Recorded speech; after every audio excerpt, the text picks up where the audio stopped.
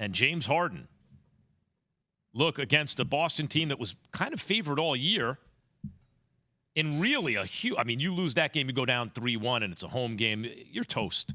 He came up huge with the floater in the lane, as usual. In the moment of truth, I'm thinking, okay, James Harden, watching it with people, okay, Harden, what are you going to do here?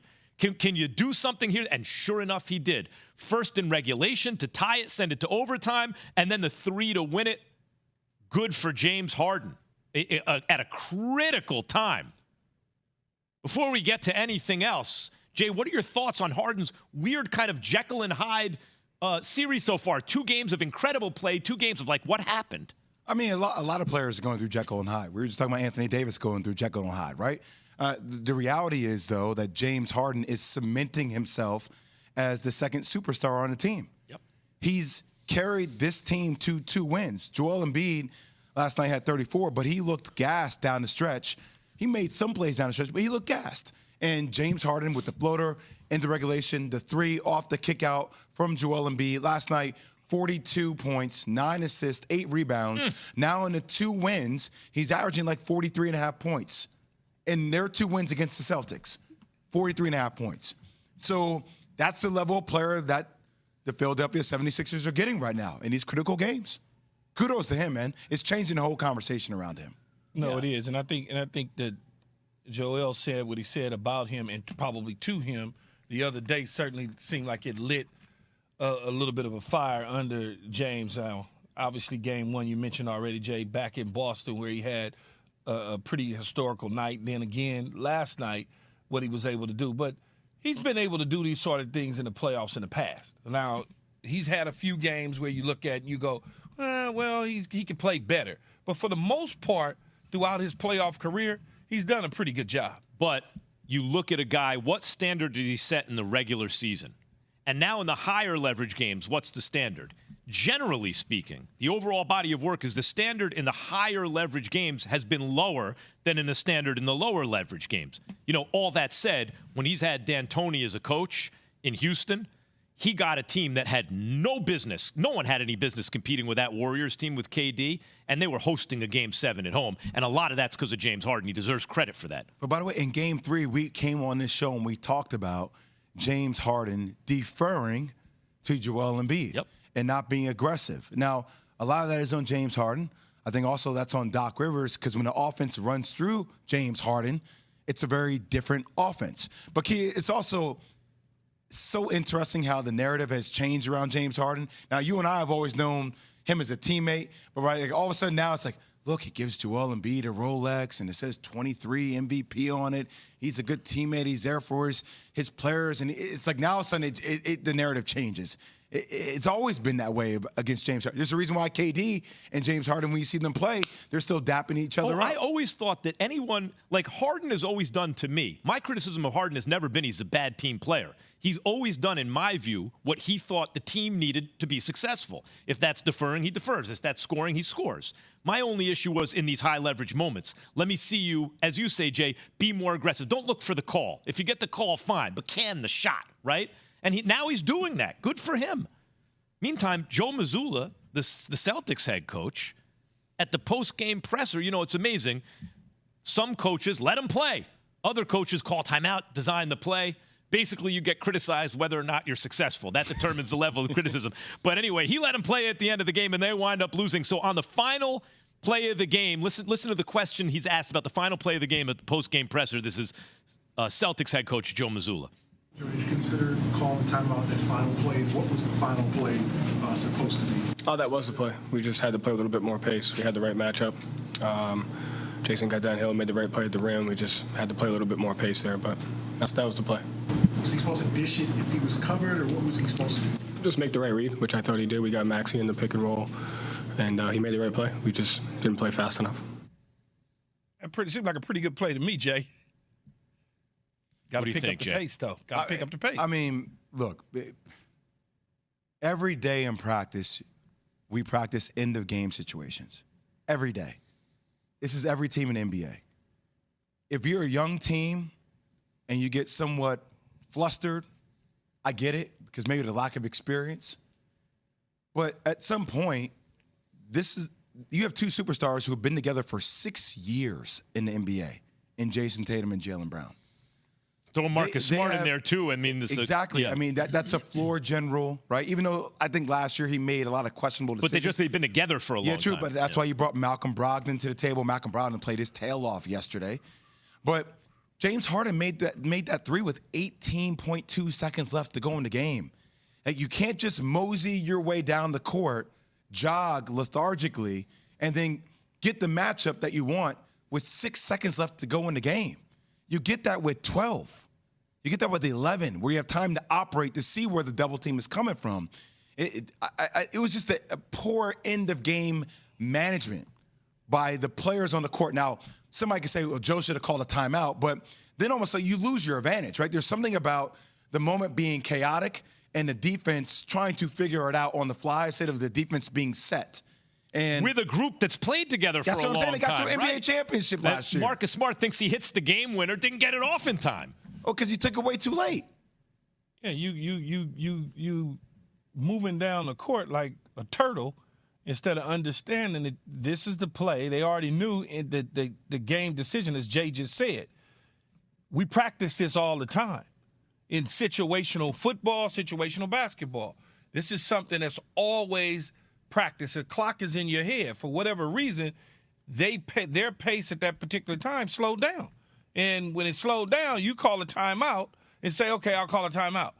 Now what you're doing is you now at a disadvantage because the 76ers could now get in their little circle, start drawing stuff up, worrying about this, or they may do this. Go back. Remember what we saw on film, Jay, 4 months ago. This is what they did at the end of the game. Remember I brought this up. This is what they're probably going to do now.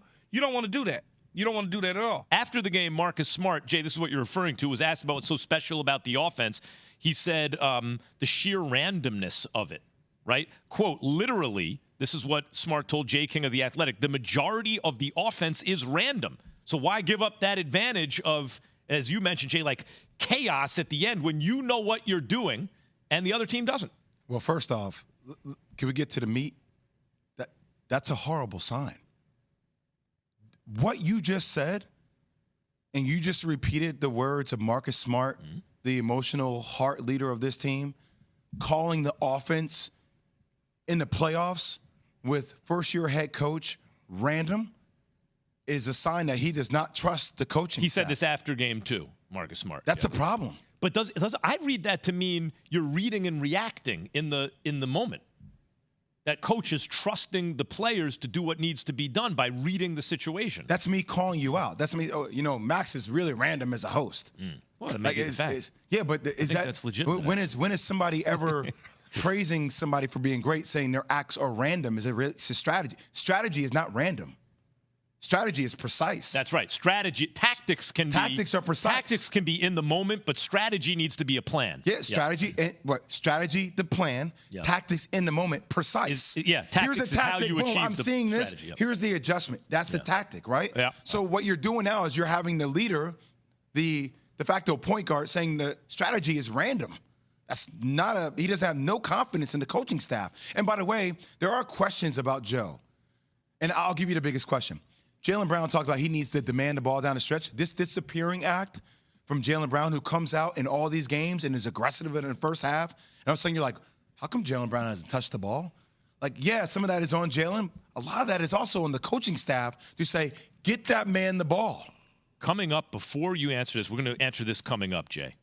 But when these playoffs started, and there's plenty more basketball to play, the narrative can shift 2 and 3 and 4 times still based on what happens. These are all little pieces of evidence, these You're going games. to do something to me. When the playoffs started, I think it was fair to say, given availability, play in the playoffs, everything, Jaylen Brown was in the conversation for best two-guard in the league, if you called him a two, because Kawhi's hurt a lot. Where does Jaylen Brown fit in the two-guard, the off-guard conversation now? It's fluid. I probably got him third. Like third, fourth in that bucket. But distant from the top two, right? Well, I mean, at the end of the day, for me, D-Book is prolific. Did you catch every syllable? Prolific offensively. Prolific. Smooth operator. I think he's better defensively, but I still like Jimmy Butler because even though it's rugged, it's raw, It's like DMX, right? It's in your face. It's dirty. That's so It's just good. real. It's so real. And I'm going to guard you, the best offensive player. I'm going to lock your ass up. And then I'm also going to come back and give you 45. It's not going to look as pretty as Devin Booker, who's prolific offensively, but I'll probably go Jimmy Butler 1, then Devin Booker 2. You know, Key. And then Jaylen Brown 3. Key, I made a comment, I think, because Jimmy Butler, I saw Paul recently. George is still up there in my conversation, even though he's been hurt. Paul George is nice, though. So recently I've been hurt. People, no, I know, but people sleep on Paul George. PG is nice. Is he a 2? Is he a 3? What the hell is kinda but like a 2. But Jimmy Butler said recently, people saying I'm not athletic. If he's referring to what I've been saying, I See just that want to be dunk he very had? clear. He's athletic, just considering his status among the superstars, which to me is way high up, like top 5. He's not as athletic at his size as you would expect that guy to be. He does it. Key, everyone's saying, what NBA player is this guy or that guy? But what rapper is everybody? Oh, my God, Jimmy Butler is DMX. I love that. So DMX. I love that. What do you consider athletic, though? I always want to know when people say somebody's not athletic. Like what? Yeah, I wonder who said that. Who did call Jimmy Butler not athletic? Non-athletic. Max. Yeah, but I never said really? he's not athletic. I don't want to be, let's not get it twisted. I think you said he's non-athletic. No, not as athletic as, you think of the great two guards throughout history. Yeah. So explain to me what is not Okay, athletic. let me tell you, let me give you an extreme example. Whenever I'll be reading an article and they'll say someone like Jokic or James Harden, they say they're not athletic, but they can decelerate faster. And as soon as I see that, I'm like, okay, no, stop that. Right? I'm talking about like how fast you run, how high you jump, how coordinated you are when you do it, right? Jimmy Butler is an athlete. He's an athletic player. Jimmy, if you're listening, you are an athletic player. I don't think you need me, of all people, to tell you that. But I'm talking about this dude is playing in the playoffs like he's Kobe Bryant or Michael Jordan. You know what I mean? You know he's what it is, not. He's not that athletic, is what I mean, as those guys. Because his game is methodical. It's surgical. Right? So it's like that old guy in the park that finds, your right foot is up. Okay, I'm going to attack it. Boom, I'm going to hit you in the thigh. Why I attack you? Like, damn, he's hit my thigh. It's surgical in that aspect. So where other players rely upon their athletic ability to beat you. John Morant. He is a combination of high IQ, physicality, and athleticism. I totally agree with that, Key. Like John Morant, you're like, oh my God, the athletic ability. Like John, Jimmy when Butler he beats you, he's driving by you, he's blowing by you. And he's jumping When Jimmy over you. Butler beats you, you're catching the left elbow to the thigh in the process after he bodies you off with the shoulder. Yeah. There's a difference. Okay, I really wanted to know what, because you said a guy's not as athletic or non-athletic. I just wanted to know. Bernard Hopkins was an say athletic not middleweight, but not when he fought Roy Jones. That's a more athletic guy. He relied on other things, Hopkins, right? Not just athletic. That's who Jimmy Butler reminds me of, like a Bernard Hopkins. There you go. Okay. Yeah. All right. 888-SAY-ESPN, 729-3776, KJM. Keep trying to trap Presented you. by I'm Progressive not trying Insurance. to trap him. I'm not trying to trap him. No, he wants clarity. I want clarity because fair. it fascinates me when I hear someone always say somebody's not. Well, who would you say is more athletic, Key? John Morant or Jimmy Butler? I say John Morant too. does more athletic things with his body than Jimmy Butler because he cocks back and he jumps over people. It's not like Jimmy Butler can't. He just doesn't do it. But who would you? I understand what you're saying. I also think he is a good athlete. Like he's athletic, even by NBA standards, Jimmy Butler. But between John Morant and Jimmy Butler, you just took a lot of time to say John Morant's more athletic. Yeah, but also Right? I would add this to the equation. You know how many times your legs feel differently when you're not engaged defensively every possession, my man. Right? Like put that into the equation when you talk about players. I got What I'm nothing feeling but on both respect ends for of the Jimmy ball. Butler. Let me be very clear. Feels very different. But I also look at somebody's makeup of their body. John Morant's a little itty bitty. He's going to look crazy soaring through the air. Where Jimmy Butler is a bigger guy.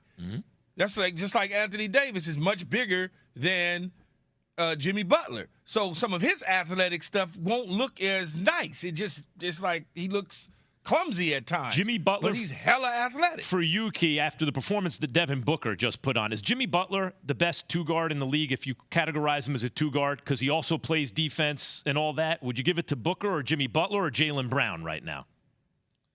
I probably would give it to Jimmy Butler. I like Me Booker, too. but Booker seems to be more of a scorer.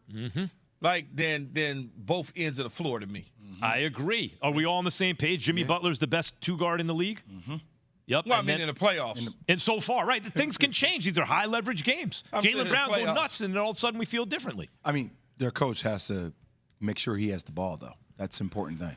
Which coach about who? I'm talking about for Jaylen Brown. Right. Because Eric Spoelstra is making sure that Jimmy Butler has the ball and getting touches down the stretch. Whereas the main question with Jaylen Brown is this disappearing act. Everybody keeps putting it on Jaylen Brown. Coaching has something to do with that as well. This Joe Mazzulla conversation around the Celtics is really fascinating to me. If it's Marcus Smart's comments before about saying the offense was a lot of randomness, if it's Jaylen Brown having a disappearing act in the second half, or him not calling a timeout, what is your thought on the last possession of the game, whether that should have been a timeout or a team who's been together for a long time, who's been to an NBA championship together? It just seems like they're not on point when it needs to be the most. Well, first off, the Celtics have the number one offense in the playoffs. So if you want to take a shot at individual situations on Joe Mazzulla, you certainly can. But their offense is functioning at a very high level. In terms of the strategy in this game, the Celtics players made two critical mistakes that are really inexcusable for veterans and in a playoff game. Number one, Jaylen Brown leaves James Harden in the strong side corner up by 2. I don't care what other play, there was other, he didn't have Robert Williams in the game. He had Jason Tatum aligned with Embiid instead of Al Horford. You can go through all that. Jaylen Brown cannot leave the three-point shooter open. If you give up a shot to Embiid there, even if it's over in a non-ideal situation over Tatum and you give up the basket, okay, you've got a timeout, you've got the ball. Can't do it. Secondly, when you are down, when you get the ball and then you are down, you cannot hold for the last shot at the buzzer. You have got to give yourself another opportunity for this is just basketball 101. I get it, man. And Joe Mazzulla, he could have called timeout and told them that. They didn't need to be told. They know that. And it wasn't just Tatum. They walked the ball up, okay? And Tatum didn't even get the ball until there were 6 seconds left.